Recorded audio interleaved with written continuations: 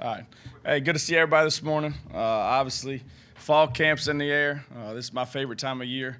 Seeing the guys, how hard they've worked, obviously in spring, and talking to you guys after that.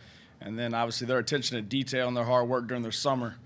And then, obviously, being able to get back on the practice field with them. It's by far my favorite time of the year. I think overall, I think we're in a good place. I think coming out of spring and coming out of the summer, I feel like defensively they've worked extremely hard.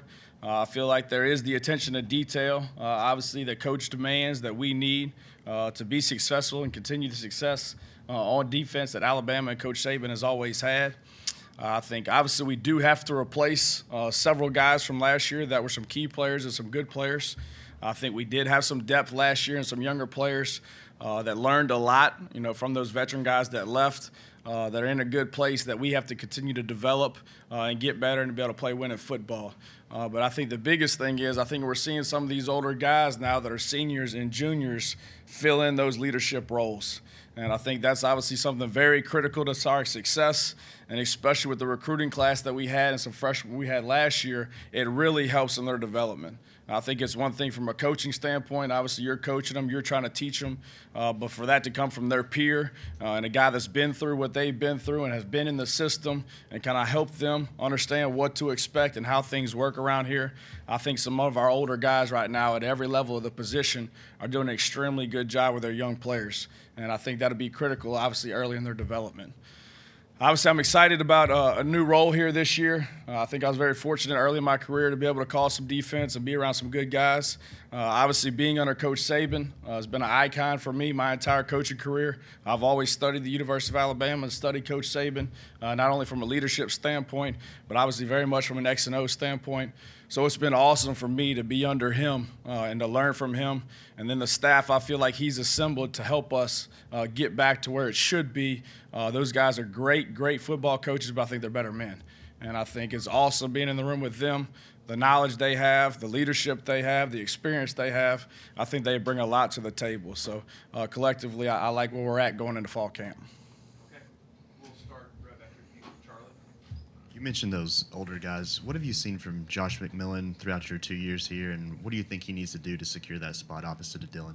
Yeah, I think Josh is a very intelligent kid. Obviously, he's an engineering major, but football comes easy to him. He understands the X's and O's and all those things. So my biggest message to Josh, and it has been, and I think what he's doing now, is he's having the ability to affect the 10 guys around him.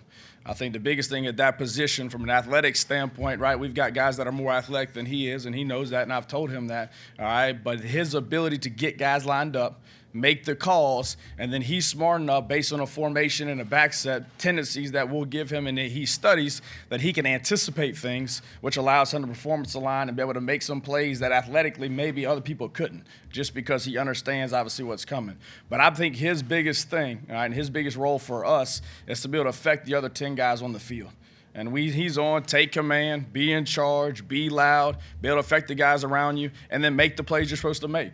I think that's the biggest thing. He can't make any plays against us, all right? So I think that's the biggest thing. I think at the second level, obviously it's affecting the guys around you, getting everybody on the same page, making the plays you're supposed to make.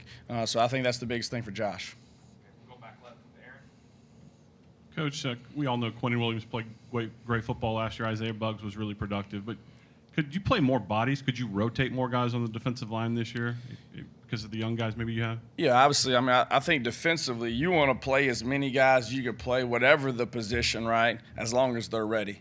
And I think obviously defensively, I think you look at what guys can do, not what they can't do. So I think from a personnel standpoint, the different packages obviously that we have and that we will have will allow guys to be able to do what they do well instead of having to learn the entire package, especially for young players coming in here, right, to obviously ask them to do something that they can do to help us in certain situations, all right, based on down and distance and the personnel.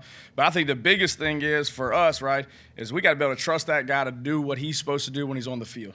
And I think that's the bottom line, all right, is earning that trust, and that's done in practice, and that's done every day, and that's done in the meeting room, all right, and just paying the attention to detail. So we're going to try to play as many guys up front that we can play winning football with.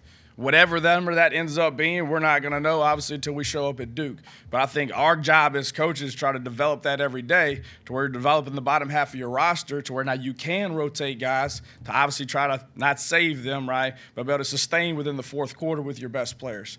But I think the biggest thing as coaches is, we can't put a guy out on the field that's not ready to play. And I think that goes back to coaching. We got to develop him and get him ready to play. It's our job.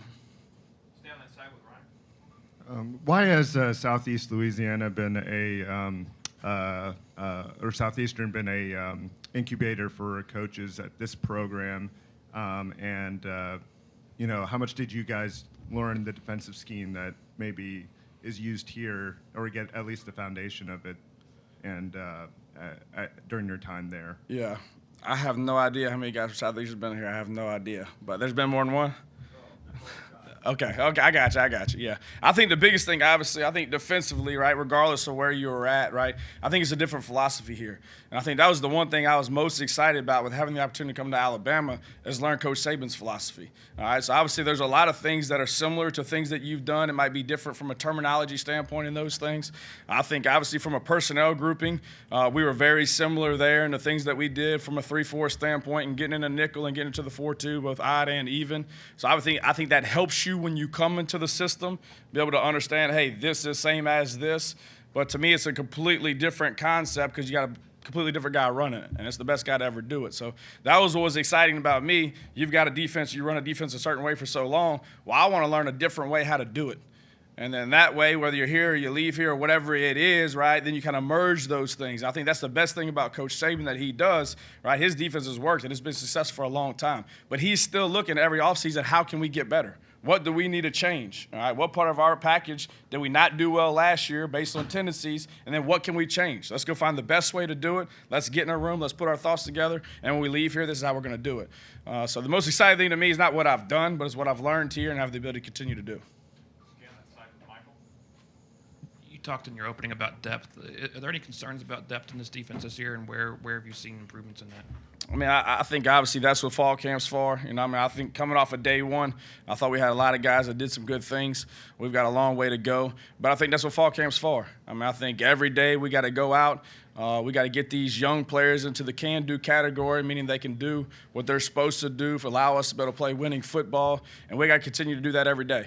And I think, obviously, in this game, you never know from a depth standpoint whether you're good or not because you don't know with injuries. All right? You just don't know. So, our job is to get everybody in that room at every position, knowing what they're supposed to do. Who do I look at? Who do I key? What's my footwork? What's my eye progression? So there's a bottom line. They're here for a reason. They're one of the best athletes and the best football players in the country.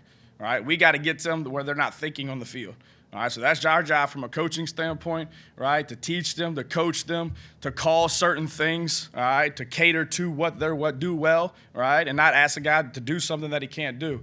So I think a lot of that, when you start talking about depth, it depends on what you're asking a guy to do, first what personnel grouping and what package. So I think you can create depth by different packages, asking guys to do what they do well, all right, but depending upon, obviously, what the down and distance is in the game. So I think right now we're taking a day at a time. We're taking it one practice at a time, one meeting at a time, and we're trying to develop everybody on our roster. Come back over here, Charlie, on the right.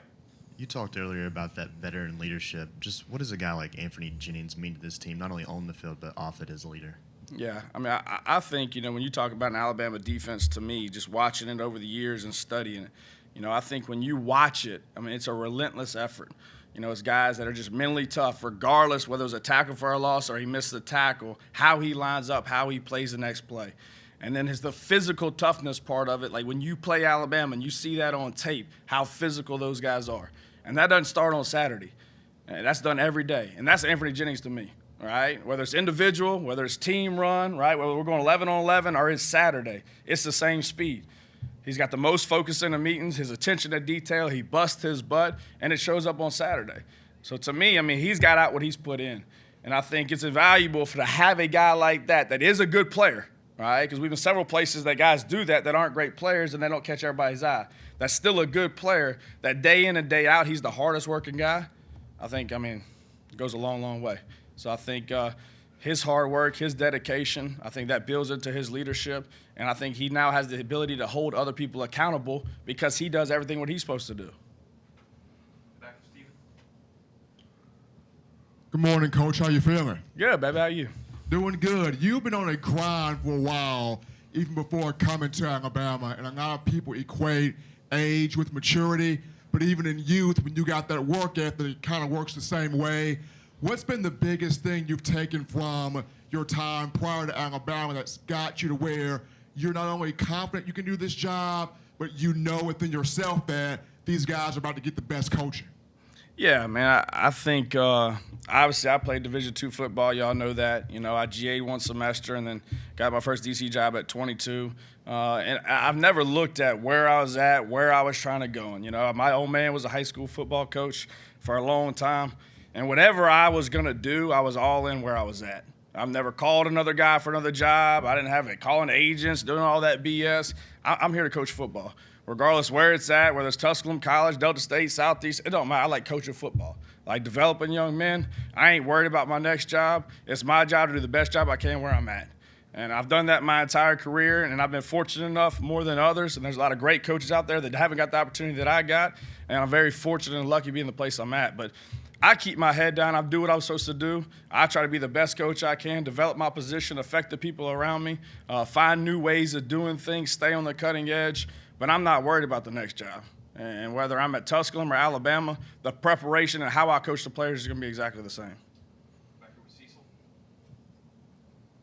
Hey, Coach Golding. Coach Saban talks about having big guys up front, how it's important to rotate guys, keep guys fresh, and that probably on the defensive line will require playing some younger guys. Do you have probably don't have a number in mind, but do you feel like you have enough of those younger guys that can contribute up front? Yeah, I mean, obviously, I think we had some young guys last year that learned a lot throughout the season and progressed drastically from fall camp to bowl practice and into spring ball, and I think they took a lot of strides. And obviously, we're really excited about the recruiting class of those 5 to 6 guys that we brought in. And some of them were here in spring, and then some of them got here in the summer. And obviously, I think the biggest thing is having obviously the ability to do my job. Okay, but I think a lot of those guys from a talent standpoint can play the game. All right, so then it's getting them in shape, which Coach Cocker's done an unbelievable job all summer. And then it's our job as coaches to where they don't make plays against us. But there's no question, right, I think you're going to see a lot of new faces out there, but it's our job to prepare those guys to get them ready to do it. So absolutely, I think some young guys are going to obviously have to play. I think they're in a better situation than they have been because they got some older guys in that room that are going to help them. All right, so obviously Coach Baker does a great job with them, but I think they got some older guys in that room that are going to help the development process and just relieving some of the anxiety because they've been through it and to help some of those younger guys come along. So absolutely, I think you'll see some new faces and some rotations. We'll see through camp. Just a couple real quick. What kind of growth have you seen out of Josh Jobe now that he has a full year under his belt with the defense, and what are the biggest things that you'll be working with him to grow in during fall camp? Yeah, I thought Josh made some big strides last year. I mean, I thought he came into that Clemson game by the end of the year and played pretty well versus, some of the best players in the country.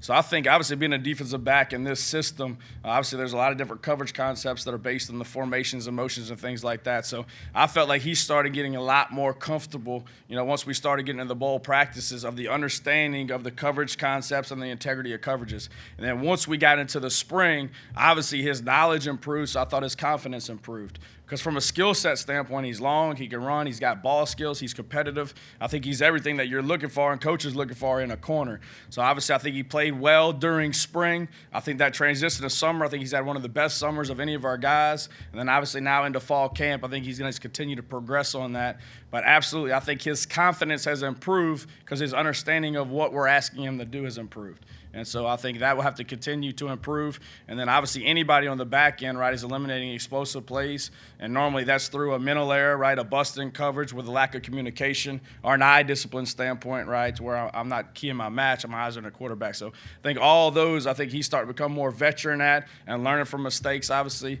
that he's made and other guys have made. So I think we're happy with where he's at now, but he's got to continue to develop and improve. All right. Thanks, Coach. Absolutely. Appreciate it.